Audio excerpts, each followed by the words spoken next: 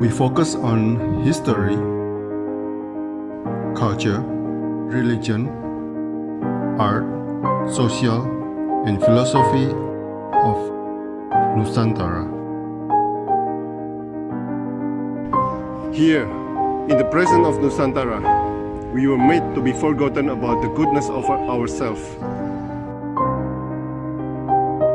Because negativity seems to be more interesting for us.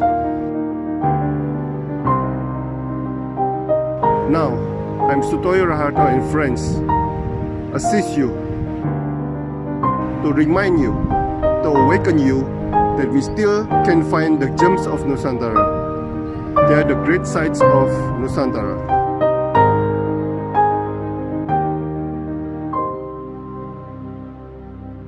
Oke, saya mulai ya Mbak Imas ya? Boleh. Oke. Pernah jadi sinden katanya. Iya. Judulnya saya bikin itu, pernah jadi sinden. Oke. Mbak Imas teori ini, seorang seniman. Nah, dari SMP masuk ke dunia sinden dan akhirnya meninggalkan dunia itu, Mbak. Perasaan waktu di dunia sinden, apakah sudah punya cita-cita menjadi sinden tenar waktu itu? Dulu waktu masih kecil, sebetulnya tidak punya angan-angan dan cita-cita ingin jadi sinden dan terkenal. Karena dulu itu waktu kita SMP, dulu ada seorang dalang itu yang kenal dengan orang tua saya, terus bilang, "Pak, putranya coba diajarin nyinden," gitu. Apa itu nyinden? Saya nggak tahu, akhirnya dicoba-coba lah. Terus waktu itu di desa kami ada bersih desa.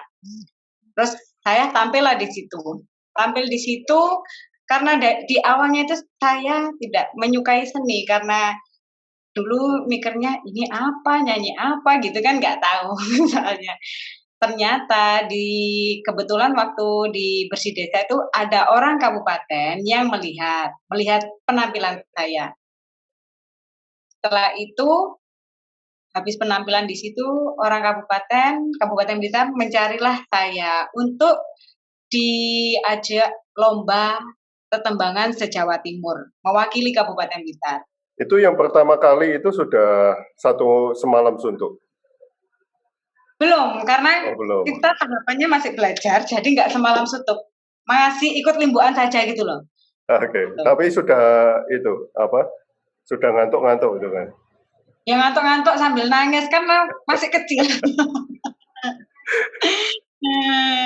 Itu berawalnya sebenarnya karena lomba menang di Jawa Timur, membawa nama besar 5 besar ke Jawa Timur, menang, akhirnya jadi suka lah nyinden. Oh gitulah, karena dapat hadiah. Oh berarti saya iso nyinden gitu. Akhirnya jelas suka. Karena berawal dari itu, kalau dulu di zamannya itu karena sudah membawa besar Kabupaten Blitar, membawa besar nama sekolah, jadilah tenar dengan seperti itu gitu. Tapi itu ya nggak mudah sih. Oke. Dan waktunya cepat itu, Mbak Imas? Enggak, dulu saya itu kelas 1, mulainya latihan nyinden itu kelas 1 SMP. Waktu lomba itu kelas 2 SMP-an gitu, mau kelas 3. Jadi prosesnya berapa tahun? Prosesnya kalau dari lomba itu sekitar 2 tahun. Terus tapi karena sudah membawa nama besar Blitar, jadi ada acara apapun, terus lomba dimanapun, sampai SMA, saya diikutkan lomba terus, alhamdulillah selalu membawa nama besar Blitar gitu. Wah, enggak sinau lagi. Ya harus sinau, soalnya ya digembleng. Digembleng itu setiap mau ada lomba itu tiap hari latihan, kita tiap hari latihan. Tiap hari latihan. Okay. Nah, sewaktu beda-beda, ya. Oke. Nah, sewaktu sudah di zona nyaman di dunia sinden itu, apa pernah kepikiran akan berhenti? Silakan. Waktu di zona nyaman nggak ada kepikiran untuk berhenti, tapi kita jangkanya panjang. Karena kalau di dunia seni itu tidak selamanya kita hidup di dunia seni.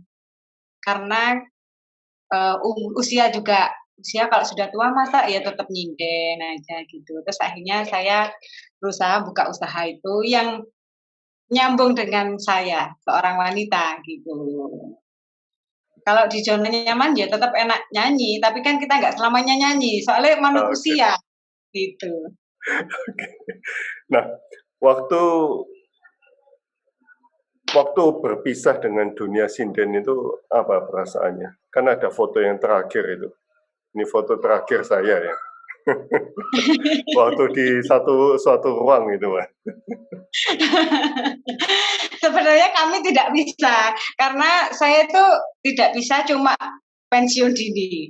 Saya tidak bisa dengan dunia sinden karena saya masih juga punya komunitas perkumpulan sinden Blitar. Kebetulan saya diterjunkan di situ ketua Persintar, Perkumpulan Sinden Blitar. Sampai Jadi sekarang tidak ini. bisa, cuma pensiun saja gitu. Sampai sekarang Jadi, masih.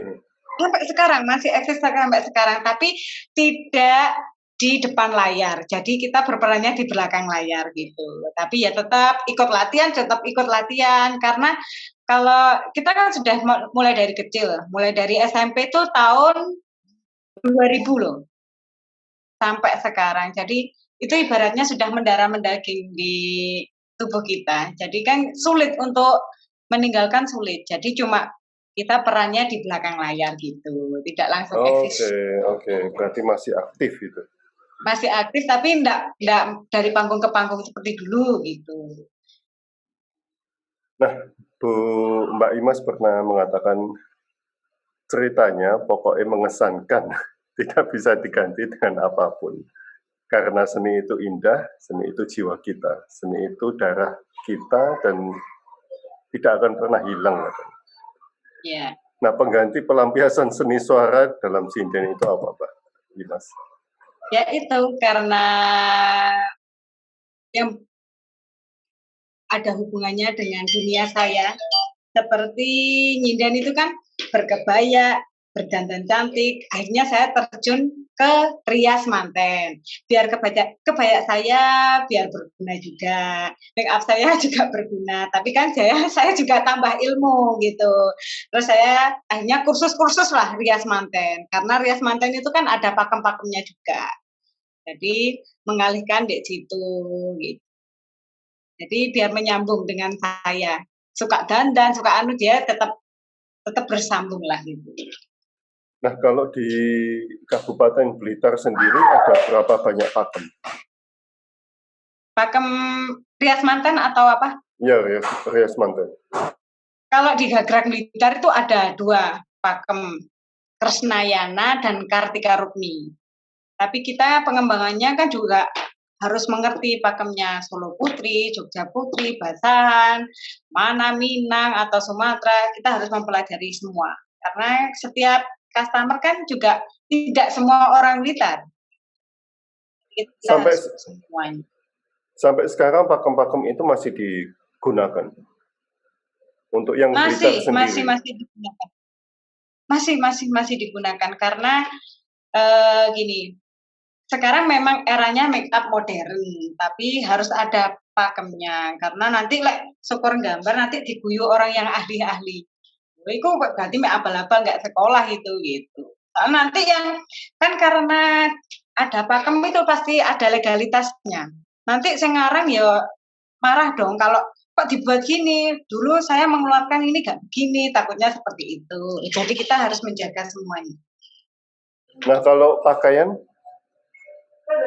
Pakaiannya ya, pakaiannya Blitar ada berapa banyak macam? Untuk pakaian rias manten atau? Iya, pengantin. Kalau pakemnya itu ya cuma 2 macam sih. Dari Kresnayana itu modelnya seperti sedodotan gitu. Kalau Kartika Rumi lebih tertutup gitu. Tapi ya sepertinya hampir mirip dengan manten-manten yang lainnya. Kalau sekarang kan modelnya tematen itu modifikasi. Jadi kebaya itu tidak harus patennya seperti ini gitu, tidak. Tapi modifikasi, lebih ke modern. Oke.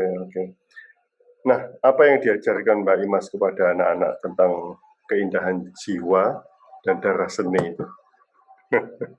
Kalau saya itu mengajarkan mereka itu, kita sebagai orang Jawa terutama gitu, harus nguri-nguri budaya biar tidak diambil oleh orang asing. Karena seni itu indah. Tapi saya tidak menekan anak-anak itu harus di seni, tapi cintailah seni. Cintailah budaya kita, cintailah seni gitu. Tidak menekan anak-anak untuk ke seni, tapi cintailah. Uri-uri ya, diuri-uri.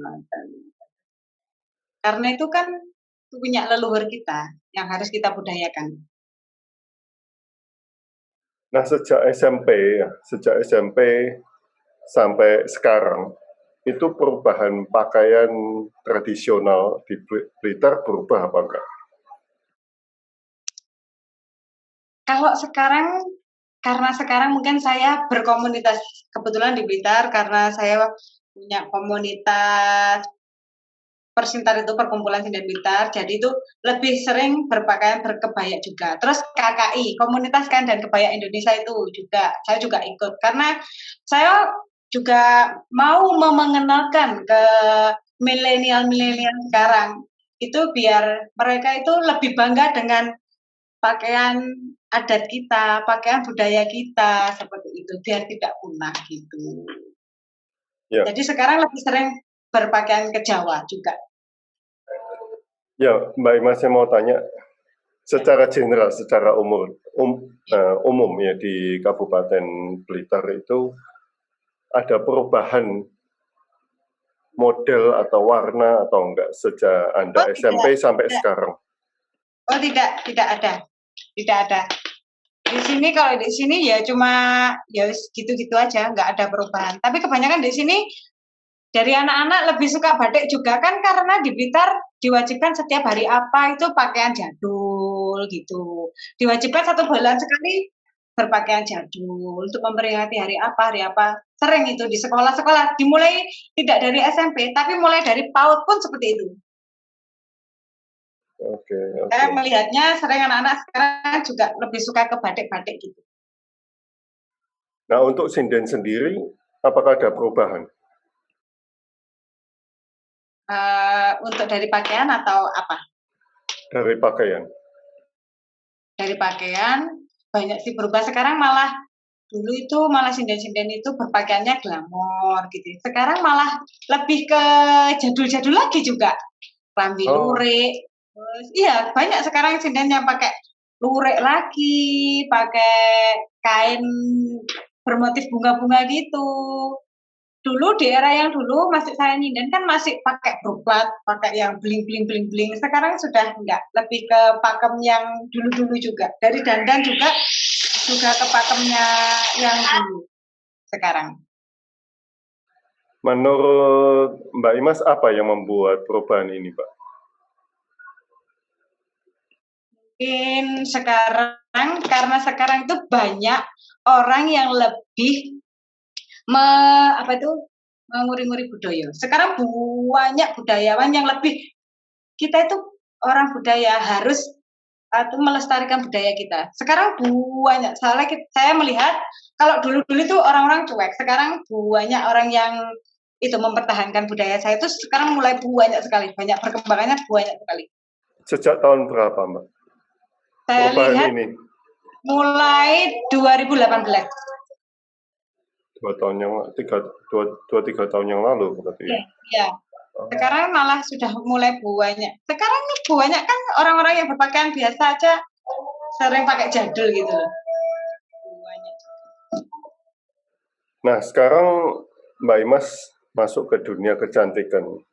Apakah ada kesamaan antara dunia sinden dan dunia kecantikan? Secara seni ya, secara seni. Ada. Karena kalau ini seorang sinden ya, sinden itu kan kebanyakan wanita. Kesamaannya pasti suka dandan, suka perawatan. Ya, itu kesamaannya di situ. Pasti suka dandan, suka perawatan, penampilan. Itu kesamanya di situ karena biar nyambung kan. Makanya tadi kenapa kok langsung terjun di salon? Karena biar nyambung dengan jiwa saya. Saya seorang perempuan, suka dandan, suka perawatan, suka penampilan gitu. Jadi pun pelanggan-pelanggan saya tuh juga banyak komunitas dari teman-teman seni, juga teman-teman penyanyi juga. Oke. Menarik sekali. Nah, ada rencana balik nggak, Mbak? Kalau rencana balik mungkin tidak, karena kenapa kok tidak? Saya cuma sekarang ya kenapa tidak? Lebih nyaman di rumah, itu mengembangkan usaha. Kalau di rumah bisa nyambi ngomong anak-anak gitu. Lihat perkembangannya anak-anak. Dulu kan tidak. Kayak sekarang sudah anaknya juga semakin banyak. Dulu kalau jadi seorang penyanyi, pulang pagi, pagi waktunya anak sekolah kita tidur gitu. Jadi tidak bisa melihat perkembangan anak-anak. Sekarang lebih nyaman di rumah. Tapi tetap menguri-nguri budaya, ikut-ikut latihan juga. Oh, berarti ikut latihan itu pelampiasannya ya? Ya, pelampiasannya itu lah. Oke. Terima kasih Mbak Imas atas waktunya. Ya, sama-sama. Terima kasih atas pengetahuannya. Ya, siap-siap. Terima kasih. Sampai ketemu di Blitar, Mbak. Boleh. Siap.